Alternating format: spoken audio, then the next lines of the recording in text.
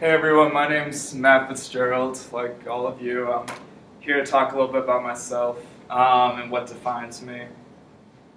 I've always been really bad at the question of what defines you, or one of those icebreakers on who you are and what means the most to you. And I've always found that for me, it's the people I surround myself with or am around who really make an impression on me, whether it's in school or friendships, relationships, family, work. But I wanted to talk about a job I had 2 years ago after my freshman year at DePaul. I went back home. It was a real bummer leaving DePaul and living in Lincoln Park after a year. You just get so used to just being around everybody. And going back home, I got this job for full-time manual labor position at the Veterans Association in Boston. So that was something that was really exciting for me. Like, it was new, different. I mean, after living out here for a year and just being so focused on school and meeting new people. So when I went to this job, I was the new guy. I was going into a place. I was like the only college student accepted for this government position to give summer jobs to college students.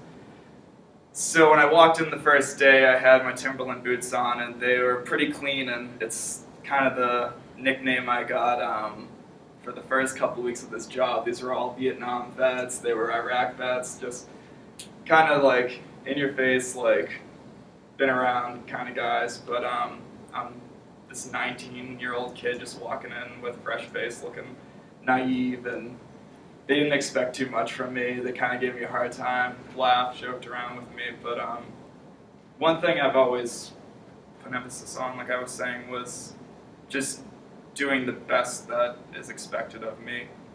Like just trying to be a part of a team, or just giving everything I can. So I had to be there at 6 in the morning. It was an hour commute. I showed up early every day, stayed around.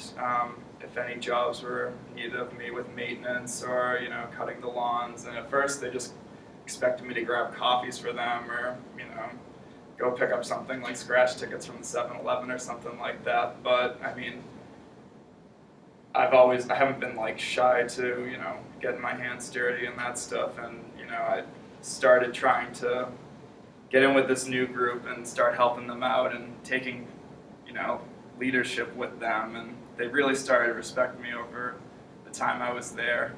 And no, it got really good because I was kind of shy at first, didn't want to look like a square, just a impressionable, naive kid. But no, these people they were just great. They're all 35 years old up through 60. They really taught me a lot of life lessons, just working with them and stuff, what's important, respect, and it's respect I gave to them, they started giving back to me. So it was really nice. Yeah, friendships I just genuinely really respected. When I go back home now, I make an effort to drop by and see how they're doing, even though I'm not employed there anymore. But it's really nice. They still ask about me. My mother works for the same hospital in the office, and just like trade back and forth how everyone's doing. So a lot of these guys too had tough lives. I got to see firsthand what PTSD could do to people. And over time they even like came to me for advice and like really were excited that I was around for them. So it was really nice that I got out of that level of just being the new kid on the block and just gaining a lifelong friendship.